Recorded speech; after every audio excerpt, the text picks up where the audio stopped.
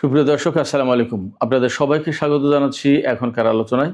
আপনাদের সঙ্গে আছি আমি সিরাজুল ইসলাম। দর্শক, মার্কিন প্রেসিডেন্ট ডোনাল্ড ট্রাম্প আবার ইরানকে হুমকি দিয়েছেন। তিনি বলেছেন, পিক এক্স মাউন্টেন, সেই পাহাড়ে হামলা চালানোর হুমকি দিয়েছে ডোনাল্ড ট্রাম্প। তিনি বলেছেন, ইরান যদি চুক্তি করে তাহলে ভালো কথা, যদি চুক্তি না করে তাহলে আমরা পিক এক্স মাউন্টেনে হামলা চালাবো। এদিকে ইসরায়েলের প্রধানমন্ত্রী বেনিয়ামিন নেতানিয়াহু ডোনাল্ড ট্রাম্পকে এই পিকেক্স পাহাড়ের ব্যাপারে আরও কিছু তথ্য জানাতে চেয়েছেন। ডোনাল্ড ট্রাম্প বলেছেন, নেতানিয়াহুর তথ্যের আমার কোনো প্রয়োজন নেই। এটা কি দুইজনের ভেতরে দ্বন্দ্বের বহিঃপ্রকাশ? এদিকে ইরানের সামরিক বাহিনীর যৌথ কমান্ড বলেছে, যে সমস্ত দেশ মার্কিন প্রস্তাব লুফে নেবে এবং জাহাজের ক্ষতিপূরণ বাবদ ইরানি সম্পদ কাজে লাগাবে, সেই সমস্ত দেশের জাহাজকে হরমুজ প্রণালী দিয়ে চলতে দেয়া হবে না। এদিকে জাপান ইরানের প্রতি আহ্বান জানিয়ে বলেছে, বাব আল মানদেব প্রণালীতে ইয়েমেনের হুতি সমর্থিত সরকার বা সেনাবাহিনী যা করছে সেই ব্যাপারে ইরানের উচিত তাদেরকে বিরত রাখা। তুরস্ক নাকি চীন থেকে J-10C যুদ্ধ বিমান কিনবে এবং সেই টাকা পরিশোধ করবে ইউয়ানে, ডলার ব্যবহার করবে না। খবরটা যদি সত্য হয় তাহলে কিন্তু খুবই তাৎপর্যপূর্ণ। সুপ্রিয় দর্শক, আমি এই সমস্ত বিষয় নিয়েই এখন বিস্তারিত আলোচনা করার চেষ্টা করব।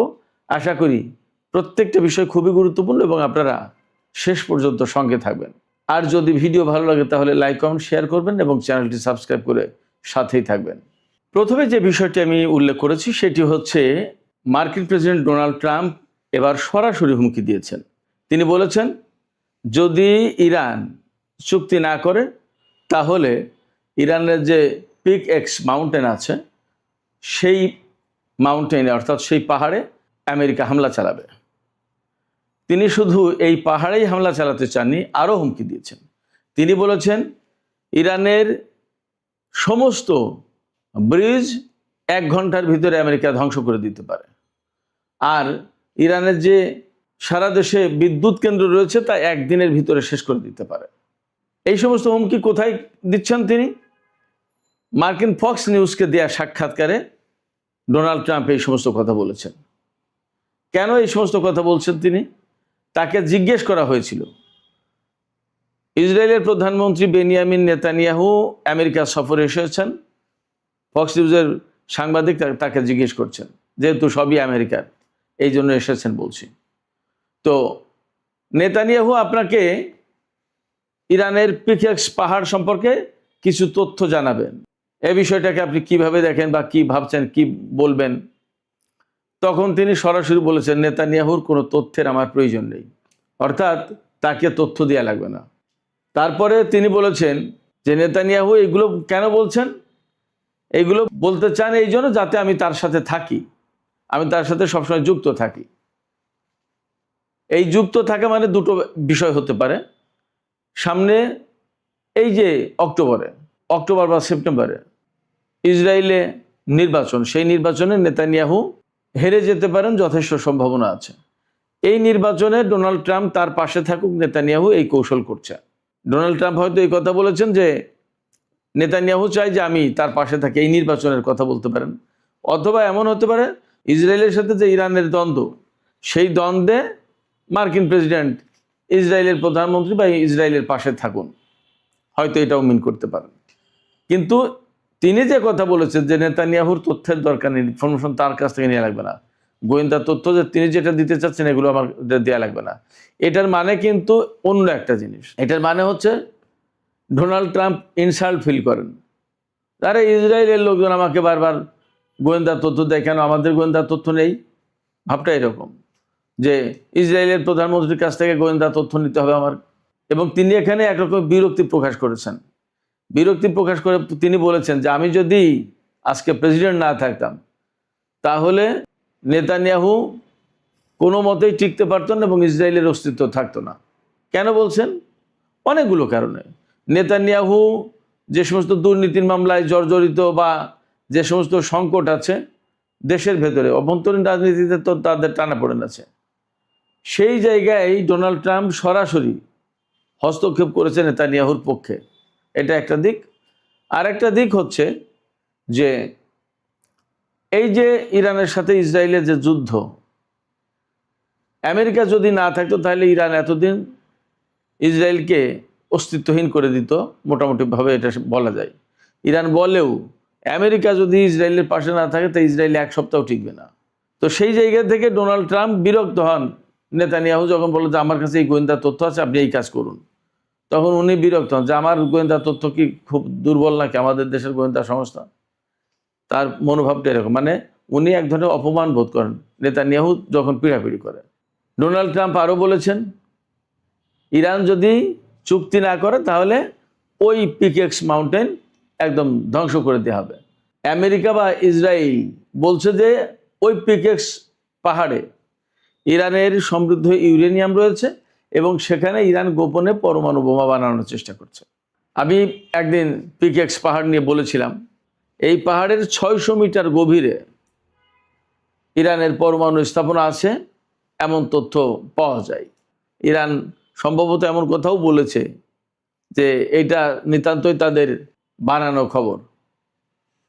সেই পিকেক্স পাহাড়ে ইরানের পরমাণু কর্মসূচি থাকুক বা না থাকুক, ডোনাল্ড ট্রাম্প একদম সুনির্দিষ্ট লক্ষ্যবস্তু ধরে নিয়েছে এবং সেই পাহাড়ে হামলার কথা বলেছে। প্রশ্ন হচ্ছে যে আমেরিকা হামলা চালালেই, যেমনটি বলছেন ডোনাল্ড ট্রাম্প, যে 1 ঘন্টার ভিতরে সমস্ত ব্রিজ ধ্বংস করে দিতে পারি, একদিনের ভিতরে সমস্ত বিদ্যুৎ কেন্দ্র ধ্বংস করে দিতে পারি, এতে ইরানকেও যদি ফ্রি হ্যান্ডে বলা হয় যে আমেরিকা সব কিছু ধ্বংস করে দিতে পারবে। কিন্তু আমেরিকা ইরানের উপর হামলা চালাতে গেলে ইরান তো একদম বসে থাকবে না, কিছুই যে প্রতিরক্ষা করতে পারবে না তা তো না। এবং দিন দিন আমরা তো দেখছি ইরানের পাওয়ার দিন দিন প্রকাশ পাচ্ছে। প্রথমে যা ছিল আস্তে আস্তে আস্তে আস্তে এখন অনেক কিছু বেড়ে গেছে। এবং শুধু তাই না, মধ্যপ্রাচ্যের পরিস্থিতি যা, তাতে তো মার্কিন ঘাঁটিগুলো অস্তিত্বহীন হয়ে পড়েছে। সেক্ষেত্রে ডোনাল্ড ট্রাম্প হুমকি দিলেই ইরান যে সেই হুমকিতে পড়ে যাচ্ছে, ইরান সে ব্যাপারে ভয় পাবে, ব্যাপারটা এমন না। বরং কি হবে, এখন আন্তর্জাতিক অঙ্গন থেকে কিন্তু ব্যাপক চেষ্টা চলছে ইরান এবং আমেরিকার মধ্যে নতুন করে কূটনৈতিক আলোচনা শুরু করা এবং ইসলামাবাদ যে সমঝোতা স্মারক সই হয়েছিল ওর ভিত্তিতে আবার আলোচনায় ফেরা এবং চূড়ান্ত চুক্তির ব্যবস্থা করা। কিন্তু ফ্যাক্ট হচ্ছে যে ইরান সম্ভবত এবার আর যাবে না এইভাবে, কারণ বিশ্বের কারোর মুখ নেই ইরানকে বলার এই কথা, হ্যাঁ আমরা গ্যারান্টি দিচ্ছি আমেরিকা চুক্তি মানবে এবং আলোচনা স্বাভাবিকভাবে এগিয়ে নেবে। বরং ইরান যে কথা বলছে যে আমরা পরিষ্কার দেখতে পাচ্ছি যখনই তেলের দাম বেড়ে যায় তখনই আমেরিকা আলোচনায় বসার কথা বলে, ডিপ্লোম্যাটিক প্রসেসের কথা বলে। এখন $100 উপরে তেলের দাম চলে যাওয়ার কারণে তারা আবার এই যুদ্ধবিরতি দিয়েছে এবং নিজেরাই কারোর সাথে কোনো কথা না বলে তারাই নিজেরাই চুপ, এবং তারা এখন আলোচনার কথা বলছে নানান কথা। কিন্তু ইরান এই চুক্তির দিকে আর যাবে কিনা সন্দেহ আছে। ইরান বলছে যে আমরা তো তাদেরকে চিনি, তারা এখন এই কথা বলছে, কিন্তু যখন একটু বেটার হবে অমনি তারা আবার আমাদের বিরুদ্ধে যুদ্ধ শুরু করবে। ইরান এটাও বলছে, অনেকে প্রশ্ন করছে যে কেন ইরান থেমে গেল, আমেরিকা থেমেছে বুঝলাম, কিন্তু ইরান কেন থামলো? ইরান বলছে যে আমরা কোনো আগ্রাসী দেশ না, এটা পরিষ্কার। এই মেসেজ আমরা বিশ্ববাসীর কাছে দিতে চাই। 1, 2 হচ্ছে আমেরিকা যখন যুদ্ধ শুরু করেছে তখন আমরা শুধু যুদ্ধ শুরু করেছি, আর যখন তারা থেমেছে আমরাও তখন থেমেছি। আমরা অহেতুক আগ বাড়িয়ে আরও বেশি যুদ্ধ করতে চাইছি না। এটা সারা বিশ্বের মানুষ পরিষ্কার দেখুক, বুঝুক, যাতে কেউ না বলতে পারে আমেরিকা থেমে গেলেও আমরা থামিনি, আমরা হামলা চালিয়ে গেছি, এই দোষ যাতে কেউ না দিতে পারে। আর আমেরিকা যদি নতুন করে যুদ্ধ শুরু করে ইরানও যুদ্ধ শুরু করবে, সে কথা কিন্তু একদম পরিষ্কার বলেছে। এদিকে মার্কিন প্রেসিডেন্ট ডোনাল্ড ট্রাম্প গত 2-3 দিন আগে একটা বক্তব্য দিয়েছেন। বিভিন্ন দেশের জাহাজ এই সমস্ত যে ক্ষতিগ্রস্ত হয়েছে হরমুজ প্রণালীতে ইরানের হামলায় বা মাইন বিস্ফোরণে, এই সমস্ত জাহাজ কোম্পানিকে ক্ষতিপূরণ দেওয়া হবে বিভিন্ন দেশে যে ইরানের সম্পদ আটকে আছে সেই সম্পদ থেকে। ইরানের জবাবে বলেছে আজকে ইরানের সামরিক বাহিনীর যৌথ কমান্ড, এইটা আজকে পরিষ্কার করে বলেছে আমেরিকা যদি এই কাজ করে, অর্থাৎ ইরানের সম্পদ আটকে থাকা সম্পদ নিয়ে কোনো দেশের জাহাজকে বা জাহাজ কোম্পানিকে বা কোনো দেশকে যদি ক্ষতিপূরণ দেওয়ার চেষ্টা করে এবং যদি এই অর্থ কোনো জাহাজ কোম্পানি, জাহাজের মালিক বা কোনো দেশ এই অর্থ গ্রহণ করে, তাহলে সেই দেশের কোনো জাহাজ হরমুজ প্রণালীতে চলাচল করতে দেয়া হবে না। এখন আমেরিকার দেয়া অর্থ কোনো দেশ গ্রহণ করবে কি করবে না সেটা তাদের ব্যাপার। তবে ইরান যে শক্ত অবস্থানে গেছে এটা মোটামুটি বেশ পরিষ্কার। হরমুজ প্রণালী এবং তেলের দাম নিয়ে যখন কথা আসলোই, তখন আমি আপনাদেরকে তেলের বাজার সম্পর্কে একটু আপডেট দিই। আজকে আন্তর্জাতিক বাজারে এই কিছুক্ষণ আগের খবর ছিল যে ব্রেন্ট ক্রুড অয়েল দাম কমেছে, দাম কমে এখন $84.03 প্রতি ব্যারেল বিক্রি হচ্ছে। আর ওয়েস্ট টেক্সাস ইন্টারমিডিয়েট যেটা, সেটা বিক্রি হচ্ছে প্রতি ব্যারেল $81.20। তার মানে তেলের দাম বেশ কমেছে।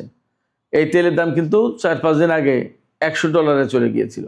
আপনারা সবাই জানেন, আমি আগেই বলেছি, নেতানিয়াহু অর্থাৎ ইসরায়েলের প্রধানমন্ত্রী নেতানিয়াহু আমেরিকা সফরে গেছে আজকে, অর্থাৎ এখানে আমাদের যখন মঙ্গলবার রাত, তখন আমেরিকায় মঙ্গলবার দিন সকাল 11টায় হোয়াইট হাউসে ডোনাল্ড ট্রাম্পের সাথে আমেরিকান টাইম বলছি নেতানিয়াহু বৈঠকে বসবেন। মজার ব্যাপার হচ্ছে ওই বৈঠকে ভাইস প্রেসিডেন্ট জেডি ভ্যান্স উপস্থিত থাকবেন। আমার কাছে যেটা মনে হচ্ছে, জেডি ভ্যান্স উপস্থিত থাকার মূল কারণ হচ্ছে সেখানে যাতে নেতানিয়াহু প্রেসিডেন্ট ডোনাল্ড ট্রাম্পকে বিভ্রান্ত করতে না পারেন যুদ্ধ শুরু করার ব্যাপারে, এই জন্য জেডি ভ্যান্স সেখানে উপস্থিত থাকবেন। কারণ গত শুক্রবার হোয়াইট হাউসে যে বৈঠকে বসেছিলেন ডোনাল্ড ট্রাম্প, জেডি ভ্যান্স, মার্কিন সামরিক বাহিনীর চিফস অফ স্টাফের চেয়ারম্যান জেনারেল ড্যান কেইন, যুদ্ধমন্ত্রী পিট হেগসেথ, সম্ভবত পররাষ্ট্রমন্ত্রী মার্কো রুবিও ছিল বা আরও গুরুত্বপূর্ণ ব্যক্তি। সেখানে ডোনাল্ড ট্রাম্প, পিট হেগসেথ তারা কিন্তু যুদ্ধের পক্ষে কথা বলছিল, ইরানের বিরুদ্ধে বড় যুদ্ধ শুরু করতো এটা বলছিল। সেখানে উদ্বেগ প্রকাশ করেছিল এবং বিরোধিতা করেছিল জেডি ভ্যান্স এবং Dan Kane, general Dan Kane. তারা বলেছিল যে এই মুহূর্তে আমাদের হাতে যে সমস্ত অস্ত্রপাতি যে পরিমাণ আছে, এই অবস্থায় ইরানের সাথে যুদ্ধ করলে বিপজ্জনক পরিস্থিতি তৈরি হবে। এরপরে কিন্তু ডোনাল্ড ট্রাম্প যুদ্ধে যাননি, এখন পর্যন্ত আর যুদ্ধ নেই, বরং 3 দিন যুদ্ধ বন্ধ। এই অবস্থায় নেতানিয়াহু এই সফরে যে গেছেন, ব্যাপকভাবে ধারণা করা হচ্ছে তিনি ডোনাল্ড ট্রাম্পকে ইরান সম্পর্কে নানা রকমের কথা বলে আবার উস্কানি দিয়ে যুদ্ধে নামিয়ে দিতে পারেন, যুদ্ধে জড়িয়ে দিতে পারেন, আবার যুদ্ধ শুরু করতে পারেন। এই জায়গায় এটা যাতে ডোনাল্ড ট্রাম্পকে ভুল বোঝাতে না পারে, নেতানিয়াহু যাতে এইভাবে উস্কানি দিতে না পারে, সেই জন্য জেডি ভ্যান্স এই বৈঠকে উপস্থিত থাকবে, এমনটাই মোটামুটি ধারণা করা যায়। সুপ্রিয় দর্শক, মধ্যপ্রাচ্যের ক্রাইসিস, তেলের ক্রাইসিস, হরমুজ প্রণালী, বাব আল মানদেব প্রণালীর যে ক্রাইসিস, এই প্রেক্ষাপটে জাপানের পররাষ্ট্রমন্ত্রীর সাথে ইরানের পররাষ্ট্রমন্ত্রীর ফোন আলাপ হয়েছে। সেই ফোন আলাপে জাপানের পররাষ্ট্রমন্ত্রী ইরানের পররাষ্ট্রমন্ত্রীকে বলেছেন যে বাব আল মানদেব প্রণালীতে যে সংকটটা তৈরি করলো হুতি গেরিলারা বা হুতি সমর্থিত সামরিক বাহিনী ইয়েমেনের, তাদেরকে আপনারা একটু বুঝায় যাতে সৌদি আরবের সাথে এই ধরনের সংঘাতে না জড়ায় এবং বাব আল মানদেব প্রণালী যাতে খুলে দেয়, তাদেরকে বুঝিয়ে একটু বিরত রাখার চেষ্টা করতে বলেছেন। বাট ইরান এখানে খুব একটা তো পজিটিভ রোল প্লে করবে বলে মনে হয় না, অর্থাৎ বাব আল মানদেব প্রণালী খুলে দেওয়ার ব্যাপারে ইরান কিছু বলবে এমনটা মনে হয় না। কারণ হরমুজ প্রণালী আর বাব আল মানদেব প্রণালী যখন আটকে দেওয়া হয়েছে, তখন সারা বিশ্বে খবর হয়ে গেছে এবং মার্কিন প্রেসিডেন্ট ডোনাল্ড ট্রাম্প কিন্তু যুদ্ধ বন্ধ করতে বাধ্য হয়েছে। এই বাব আল মানদেব প্রণালী দিয়ে ইয়েমেনের সাথে যে সৌদি আরবের সংকট আছে, এই সংকটগুলো পরিষ্কার পরিচ্ছন্ন হবে এবং এগুলোর হয়তো একটা অবসান হবে। জাপানের পররাষ্ট্রমন্ত্রী আজকে যখন হুতিরা বাব আল মানদেব প্রণালী আটকে দিয়েছে, তখন তাদেরকে নিয়ন্ত্রণের কথা বলছে ইরানকে। কিন্তু সৌদি আরব যখন, ইয়েমেন একটা দরিদ্র দেশ, গরিব, সেই দেশের উপর আকাশপথে, সমুদ্রপথে, স্থলপথে অবরোধ দিয়ে রেখেছে এবং সেটা 11-12 বছর ধরে, জাপান তখন কেন কিছু বলে না? খুবই আশ্চর্যজনক। অথচ জাপানের মতো অর্থনৈতিক শক্তি, তারা যদি সৌদি আরবকে কিছু বলে, আমেরিকাকে কিছু বলে, তাহলে কিন্তু তার প্রভাব অন্যরকম পড়ে। সুপ্রিয় দর্শক, সবশেষ যে বিষয়টি নিয়ে আলোচনা করতে চাই সেটি হচ্ছে যে তুরস্কের প্রেসিডেন্ট রজব তাইয়িপ এরদোগান নাকি বলেছেন যে তিনি চীন থেকে J-10C যুদ্ধ বিমান কিনবেন এবং এই যুদ্ধ বিমানের যে দাম হবে সেই দাম পরিশোধ করবেন তিনি ইউয়ানে, ডলার ব্যবহার করবেন না। এই খবর এসেছে সামাজিক যোগাযোগ মাধ্যমে। কতগুলো বিমান তিনি কিনবেন এটা পরিষ্কার না, কিন্তু তিনি বলছেন, খবরে দাবি করা হচ্ছে যে এই বিমানের যত যা দাম হয় তা সব ডলারে বাদ দিয়ে ইউএনএ পরিশোধ করবেন। তার মানে ডি-ডলারাইজেশনের প্রক্রিয়ায় তুর্কি প্রেসিডেন্ট থাকবেন। কেন তিনি চীনের বিমান কিনতে যাচ্ছেন? আমি যা মনে করি, আমেরিকা যে F-35 দিতে চেয়েছিল আবার দিতে চাইল না, অথচ তুরস্কের কাছ থেকে আমেরিকা টাকা নিয়েছে, তাদের সাথে চুক্তি আছে। সম্ভবত আমেরিকাকে আরেকবার চাপে ফেলুন, একবার চাপে ফেলেছে রাশিয়ার কাছ থেকে S-400 কিনে, এইবার চাপে ফেলবে J-10C কিনে।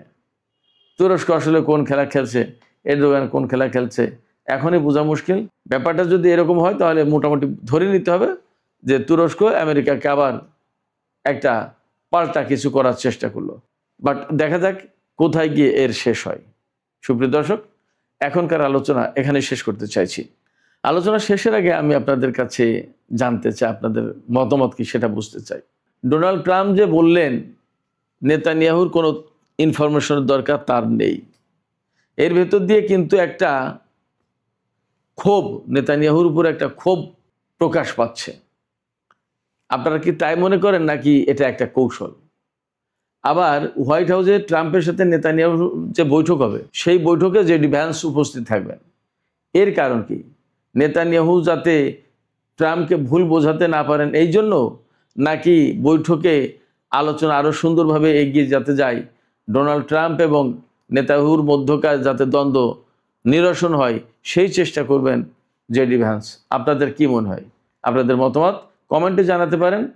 আর ভিডিও ভালো লাগলে লাইক, কমেন্ট, শেয়ার করবেন এবং চ্যানেলটি সাবস্ক্রাইব করে সাথেই থাকবেন। দর্শক, আপনাদের সবাইকে অনেক অনেক ধন্যবাদ। আল্লাহ হাফেজ।